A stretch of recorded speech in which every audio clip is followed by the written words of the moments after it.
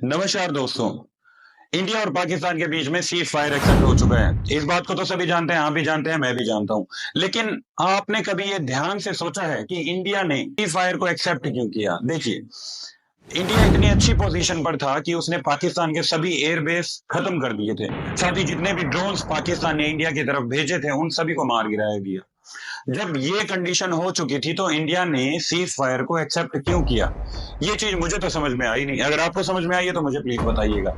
यहां पर मैं आपको कुछ पॉइंट्स बताने वाला हूं जो मैंने बहुत रिसर्च किए इस वॉर के बीच में। इन पॉइंट्स के बीच में देखिए, कुछ पॉइंट्स ऐसे हैं जो मैं आपके सामने क्लियर करूंगा, कुछ पॉइंट्स ऐसे हैं जो मैं नेक्स्ट वीडियो के अंदर क्लियर करूंगा जब मोदी जी की तरफ से इंडिया में कोई ट्वीट होगा, जबकि अभी तक ऐसा कुछ भी नहीं हुआ है। देखिए, पॉइंट नंबर 1 के अंदर क्या होता है कि रात 9 मई को 10 बजे के आसपास भारत पाकिस्तान के ऊपर अटैक करता है। ये अटैक इतना ज्यादा होता है कि वहां के एयरबेस, पाकिस्तान के एयरबेस तबाह कर दिए जाते हैं, साथ ही ड्रोन्स खत्म कर दिए जाते हैं। मैक्सिमम पाकिस्तान को लगभग खत्म कर दिया गया था।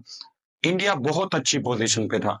उसी टाइम रात को 12 बजे के बाद लगभग 1:30 बजे, यानी कि 10 मई की रात को 1:30 बजे पाकिस्तान के अंदर 4.5 मैग्नीट्यूड का एक बहुत ही झटका लगता है, भूकंप आता है, बहुत ही तगड़ा भूकंप आता है। अब ये क्या था कि ये भूकंप मैन मेड था या रियल में हुआ था, इस चीज के लिए तो देखिए कुछ कहा नहीं जा सकता।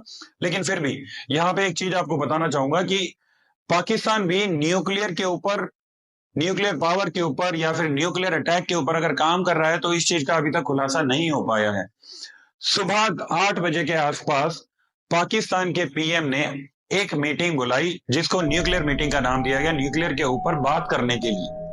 लेकिन जब ये न्यूज मीडिया के पास आई, जब हमारे पास पहुंचती है, तब पीएम बिल्कुल अपनी बात से मुकर जाते हैं, बिल्कुल मना कर देते हैं कि ऐसी कोई मीटिंग हुई ही नहीं थी। उसी दिन 12 बजे के आसपास आईएमएफ पाकिस्तान को लोन सैंक्शन कर देता है, उन्हें लोन के लिए हाँ भर देता है कि आपको लोन मिल दिया, कि आपको लोन मिल जाएगा। अब देखिए, इतनी सारी बातें एक ही दिन में हुई हैं 10 मई को। उसी दिन 10 मई को 5 बजे शाम के टाइम पे अमेरिका के राष्ट्रपति ट्रंप का एक ट्वीट आता है। उसमें वो बोलते हैं कि पाकिस्तान और इंडिया के बीच में सुलह हो गई है। हमने पूरी रात बैठकर दोनों पार्टीज को समझाया, दोनों देश के परिवक्ताओं को समझाया कि आप सीज फायर कर लीजिए या फिर आप एक दूसरे पर अटैक करना बंद कर दीजिए। तो दोनों की दोनों पार्टी, दोनों के दोनों देश राजी हो गए। सोचने की बात है दोस्तों कि जब इतनी लड़ाई हद से ज्यादा बढ़ चुकी थी तो इतनी जल्दी दोनों के दोनों देश सीज फायर के लिए राजी कैसे हो गए? दूसरी बात, देखिए, जब भी सीज फायर होता है इसका मतलब कि दोनों पार्टीज में बहुत ज्यादा कोई अटैक वाली संभावना है या फिर ऐसी कोई कंडीशंस पैदा ही नहीं हुई थी, तब सीज फायर होना एक लॉजिक सी बात है।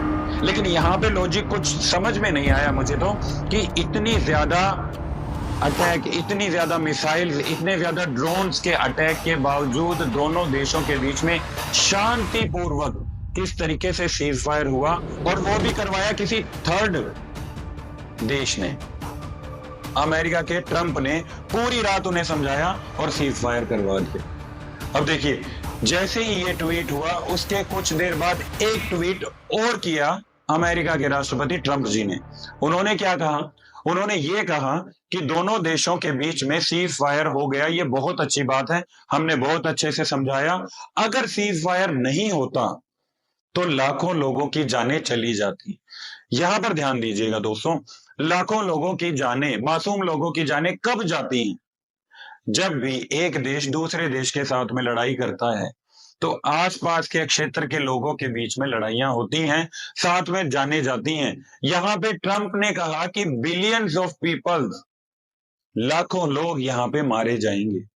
लाखों लोग तभी मारे जाते हैं जब कोई न्यूक्लियर अटैक किया जाता है या फिर न्यूक्लियर अटैक की संभावनाएं बहुत ज्यादा बढ़ जाती हैं, तब लाखों लोग मारे जाते हैं। यहां पर एक क्वेश्चन मेरे दिमाग में तो आता है, आपके दिमाग में आता है इस चीज का मुझे पता नहीं।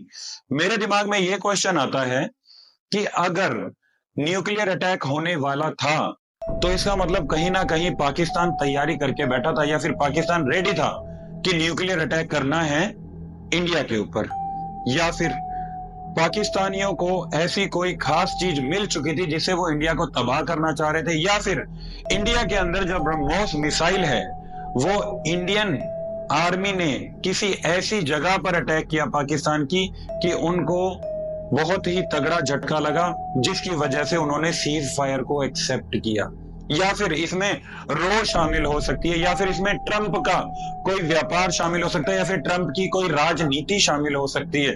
देखिए, इतने सारे क्वेश्चन मेरे दिमाग में आ रहे हैं, मुझे ये समझ में नहीं है कि आप लोगों के दिमाग में इतने सारे क्वेश्चन क्यों नहीं है, जबकि स्क्रीन आपके सामने चलती है, आपके सामने डेली कुछ ना कुछ बताया जाता है। आप गोदी मीडिया के ऊपर मत जाइए। गोदी मीडिया तो आपको, जो आपकी सच्चाई होगी उसको दबाने के लिए बहुत अच्छे से रेडी करके बैठी है।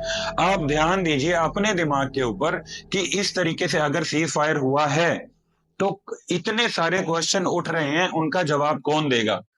मेरे पास तो इन सभी सवालों के जवाब अभी तो है नहीं।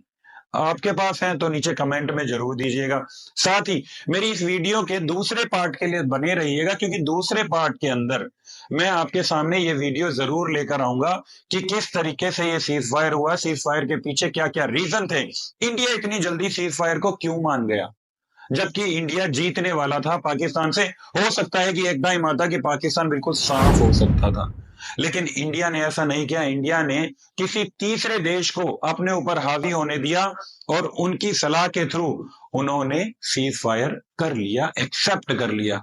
देखिए, वीडियो में बने रहिएगा, सभी क्वेश्चंस के जवाब नेक्स्ट वीडियो में दूंगा। बाकी मेरे साथ बने रहिएगा, नेक्स्ट वीडियो में मिलते हैं। नेक्स्ट वीडियो में मैं आपके सारे डाउट्स, साथ में जो क्वेश्चन मैंने आपके सामने रखे, इनके आंसर्स मैं आपके सामने रखूंगा, आपको क्लियर करूंगा। तब तक के लिए थैंक यू।